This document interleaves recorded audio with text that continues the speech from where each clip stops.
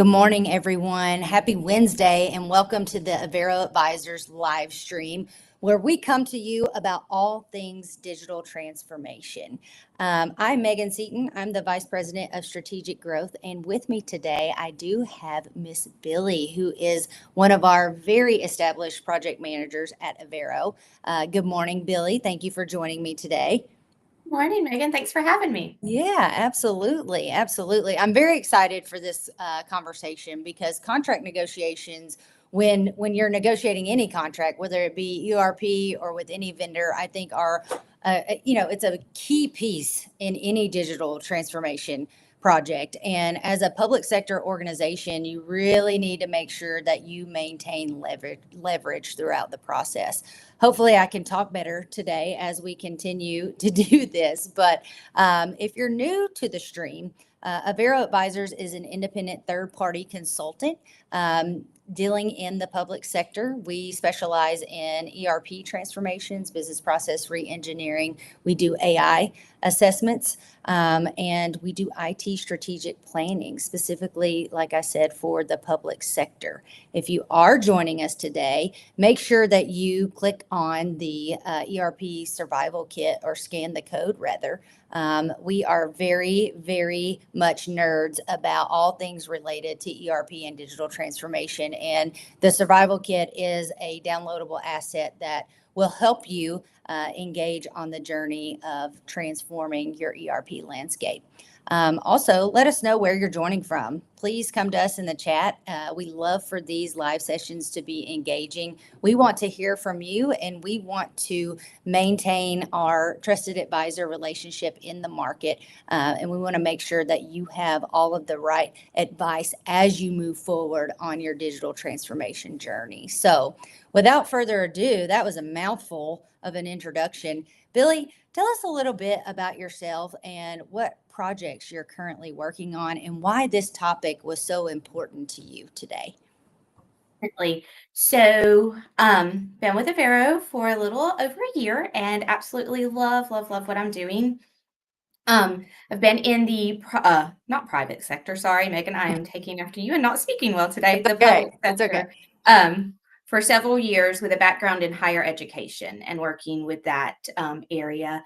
But the projects I'm currently working on with Avero are some optimization for permits, change management for a ERP, and then we're in contract negotiations for implementation of an ERP. So super excited. I have a lot of things going on and super fun. But why this is really important to me is just seeing currently what our clients are going through and the pushback they're getting from the implementers and the value that we're bringing to the table to them to help them understand that you don't have to sign just because they're telling you have to sign. You don't have to sign just because your golden ticket's going to go away and you're not going to lose that discount. That you have to follow through and make sure you're doing the right thing by your municipality and your constituents to make sure you're using the money correctly and you know what you're getting into, so you're not blindsided by like signing and then discussing later. Because once you sign that paper, it's done. Like, you have no negotiating power anymore. You've handed that over to them. So Yeah, that's important. absolutely. It is a very important piece of the puzzle, and I want to talk about the importance of, the work that needs to be done on the front end and how that affects your contract, right? So, the example you just used, we've been with this organization for a little over a year, right? We were brought in to do an initial needs assessment, right? So how does the needs assessment play into now you're at this contract negotiation stage? What leverage does that allow our clients to have when they do things from the ground up, if you will? Well, when you do your needs assessment, let you know exactly what you're needing, what your want is. And so then when you have people come in to do demos, when you're selecting who you want to sign a contract with, they come in and do demos, and it's based off of, are they hitting these things from your needs assessment? And then, so you still have that information, you have what they showed you they could do, and now you're in the contract negotiating stage. And that's when it's really important to make sure Does this contract match what your needs are, match what they said they could do? Is it still all there? And that takes time to go through line by line and make sure that that's actually there and it's not glossed over with, well, this is industry standard or this is how we do this for everyone. But making sure, well, you said you could do this, you showed that you could do this, but it's not here. And holding them accountable before you sign that paper is a big deal. Like that can make or break a ERP implementation. Yes, absolutely. And guys, just to say one more time, make sure that you let us know where you're joining from in the chat. We want to hear all of your questions and make sure that we provide you with the advice you need as you move forward on any, like I said, ERP transformation project. So, Billy, what we just talked about. So it's so important that when you're thinking about this as an organization, that you know look at things holistically, right? So whether you engage with a consultant like us or you do it on your own, it's really important to understand as an organization where you're at today. Where am I Mhm. at today? What is antiquated? What is inefficient? And sometimes, even when we're working with organizations, a lot of times they don't even know what their processes are, right? Yeah. And they have no idea that that same process may be being duplicated in a different department, right? And Mhm. so it's causing a lot of time that's wasted that could be running more efficiently. So my point is you need to understand where you're at and what your vision is for the future. So you're taking a process, you're trying to work out the kinks, and you're trying to understand what you need from an ERP vendor, right? And it baffles me that some organizations do not do that on the front end. And so how do they know what they're even going out to procure? Right. So I think this initial needs assessment in phase zero is so important when it comes to contract negotiation, because how do you know what you need? How do you know what you need? And truly documenting that, as Billy said, right? The documentation allows you that leverage you need in the contract negotiation phase, because vendors actually have to sign off on the functionality that their system can provide that. And that becomes a part of your contract. We had a situation a few years ago where that actually saved a client of ours and allowed them to get out of a contract because a vendor overpromised and underdelivered. So we do have, hey, Osvaldo, thank you for joining today.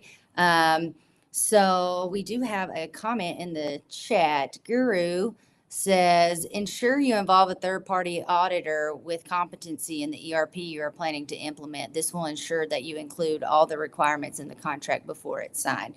That is a very good thought there, Guru. Thank you for commenting. Billy, do you have thoughts on that comment? I will say, with our current client that I'm working with, and we're in this process right now, that is extremely important from having just us, but also a legal outside counsel that understands the contract and understands what they're asking for there, empowers the client. So that's the triangle that empowers them to stand up for their process and not feel pressured or pushed to go through something quicker than they're ready to, and making sure really go line by line. I can't emphasize that enough, but really go line by line and make sure what you have in this contract is what you asked for, is what they said they could do. And if there's any gray area, getting clarification before you sign. Like, do not sign before you understand fully what you are signing. Yes. And I know in some of the projects that you've worked on, Billy, there is, and you mentioned it earlier, there is that pushback from the Hmm. vendor, right? They have deadlines that they want, Hmm. right? And they get really pushy on those deadlines. So how do we help our clients combat that? And what are your thoughts around those vendors being pushy? Yeah. Well, one, I think it's terrible sales, but I understand where they're coming from with it. Right. But we I empower get it.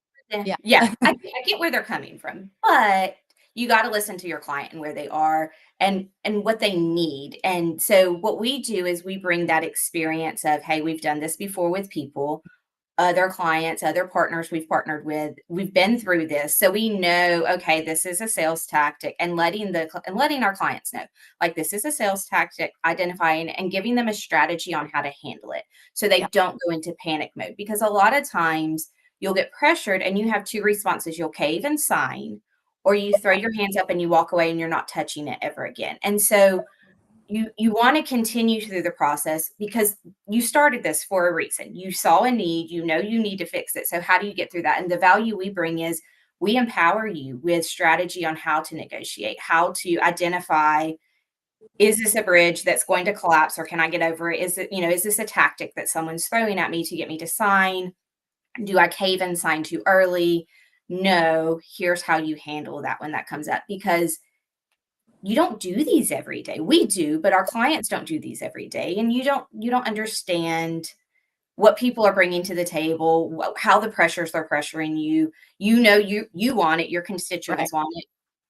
So it's you got to just make sure you feel empowered, and that's where Avera does. We empower you to understand what you're going through, and Yeah. how to respond. Absolutely. And you said it best. We have done this so many times, right? We've worked with every player in the market. We know what their contracts are going to say. We also know what they've offered similar organizations, right? And so we do have that insight that, and experience that we have done this before.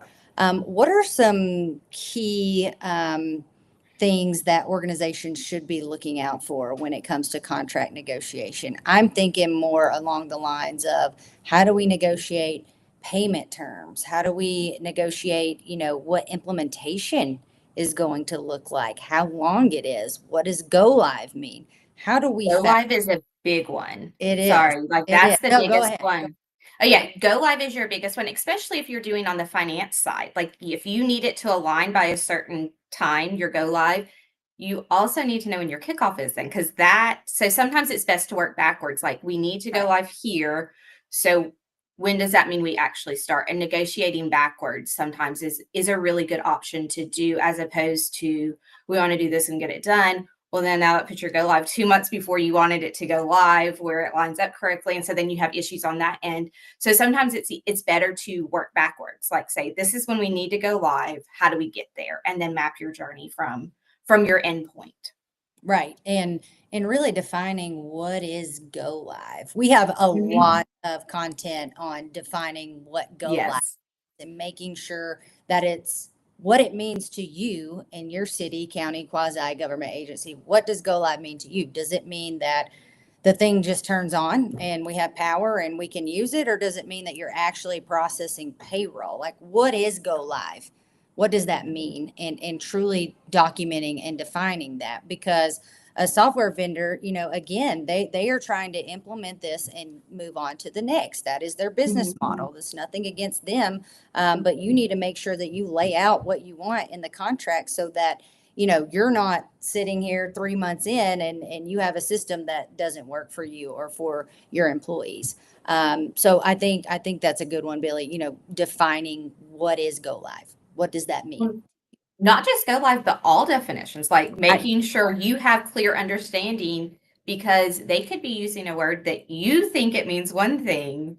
So Hmm. if it could possibly mean something else, clarifying, like, what do you guys mean by this? Because each company uses words differently because we have our own languages. And so identifying all of that so you have that clear understanding before you sign the contract, like making sure you truly know what you're signing up for. And let's talk about payment terms. So, in the example that we keep using, this is something that you've been working with this particular client on for the last several months. Um, Mhm.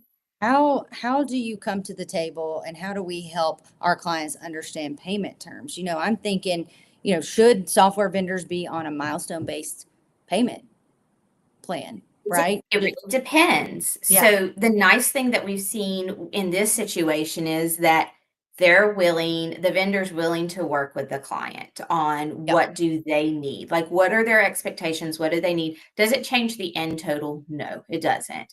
But it can stagger it. And so having those conversations with, hey, we're not ready to just drop this all out right away. Like, at the beginning, can we do a little bit here?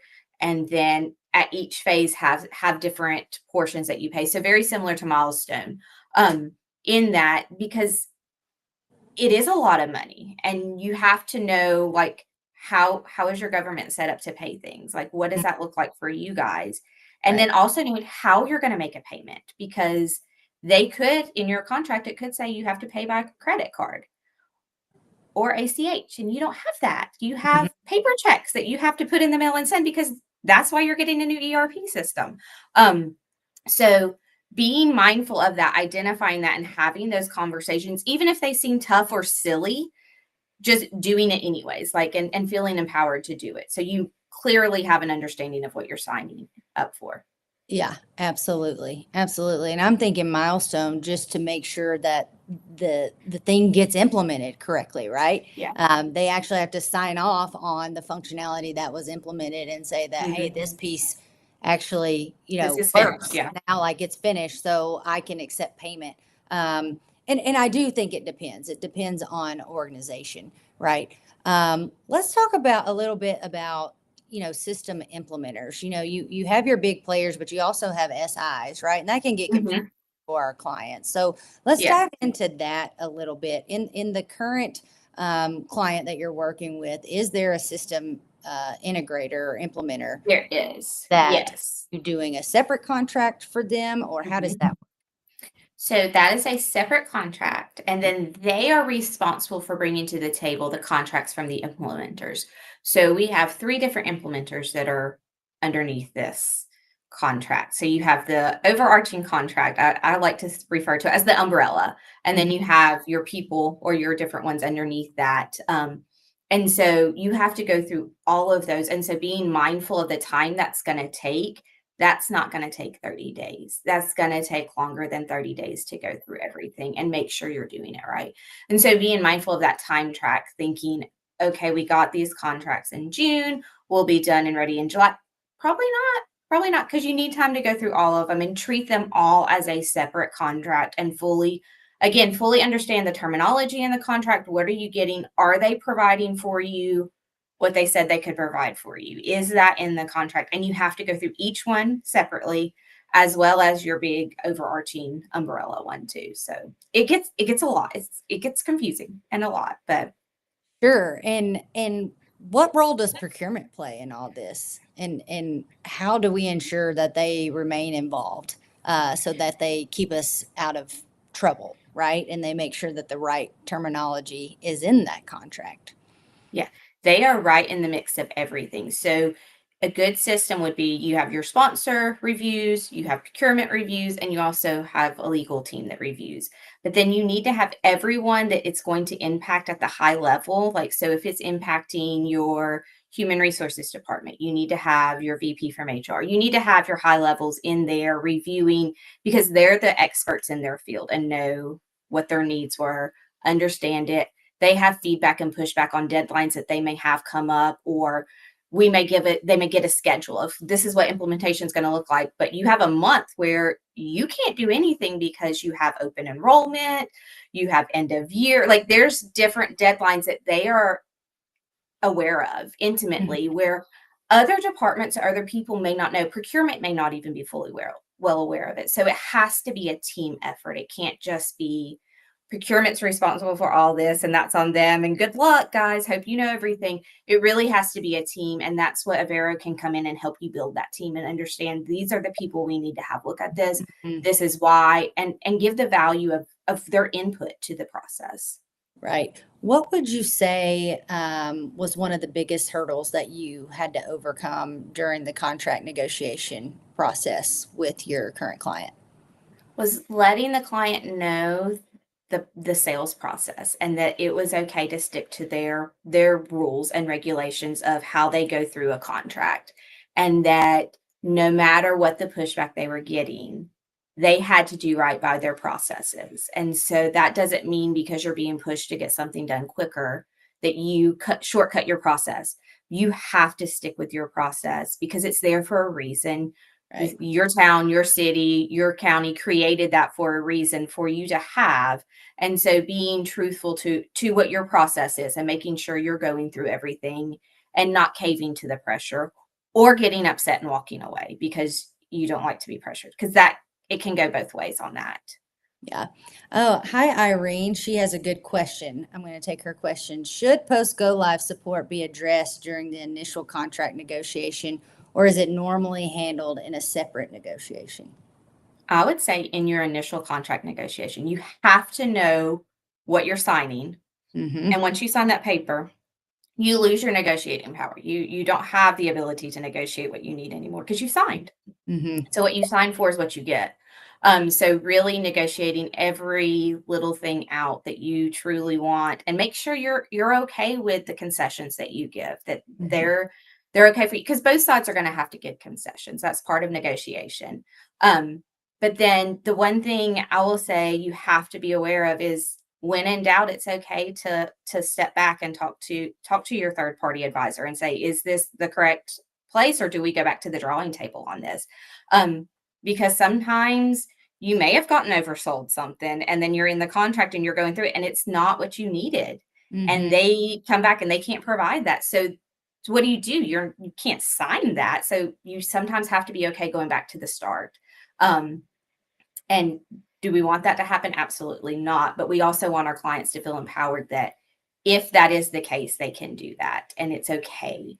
Like, do not sign a contract that you are not fully comfortable with is the Yeah. biggest thing.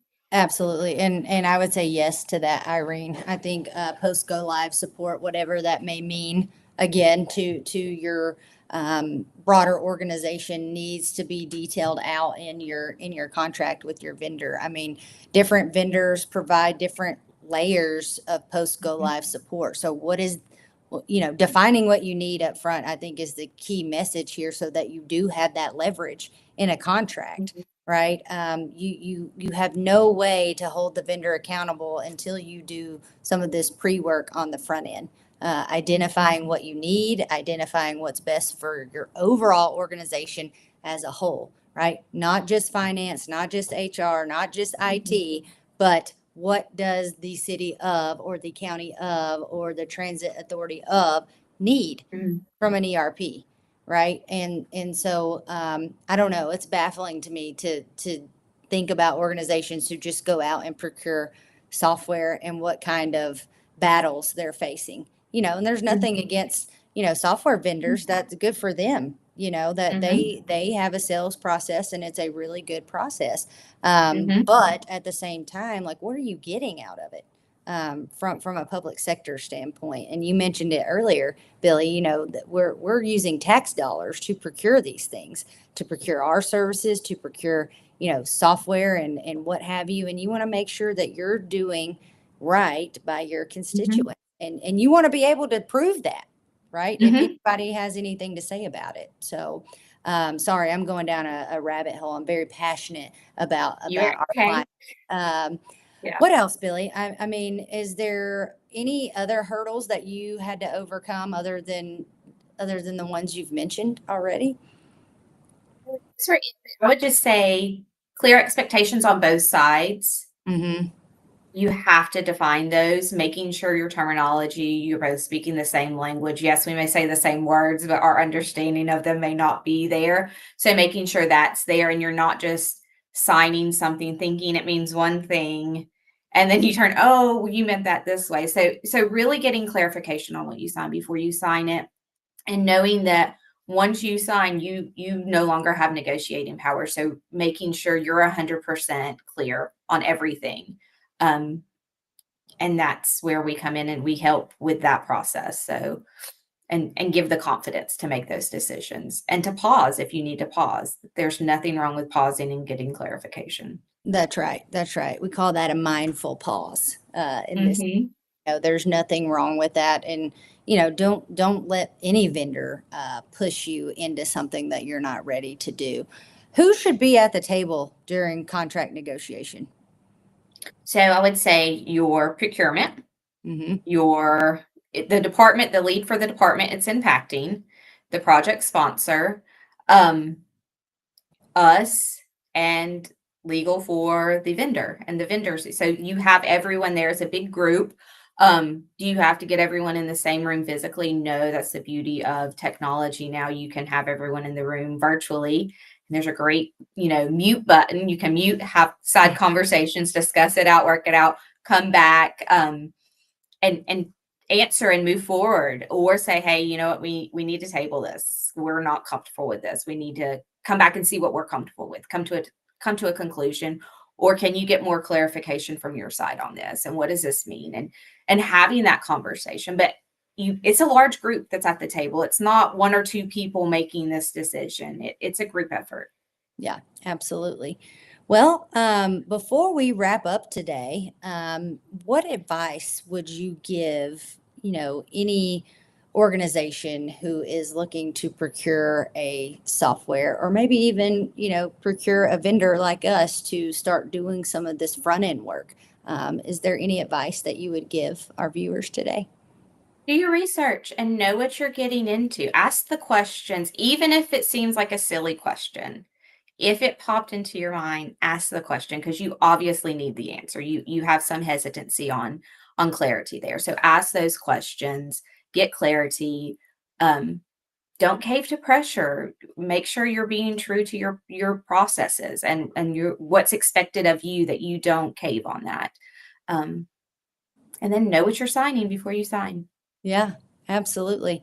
Absolutely. And as far as research goes, guys, we have so much content out on our YouTube channel. We're active on every social media platform, including TikTok. You might even see our founder and CEO on TikTok.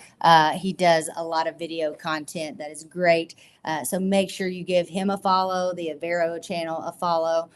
Check out our website as well. We have so many of our client stories and how we've helped them through contract negotiation, right? Or anything technology related. We are here to help you, and we really want to be that trusted advisor, which is why we have this platform. Please come to us. Let us know what you would like to hear. Ask us any question. We're an open book, and we're very, very passionate about the work that we do.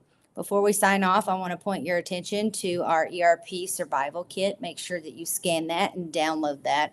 We're very proud of that asset, and I think there is a lot of good information, especially if you're just on the brink of starting to think about any sort of ERP transformation project. But without further ado, Billie, thank you for joining me today. I think this is a very, very good topic. And I'm glad that, it hit home with you, because it's something that you're currently working on and you can share that insight. So I appreciate you joining me today, and please catch us next week. We go live every Wednesday at 10 a.m. and we'd love to see you there. Thank you all.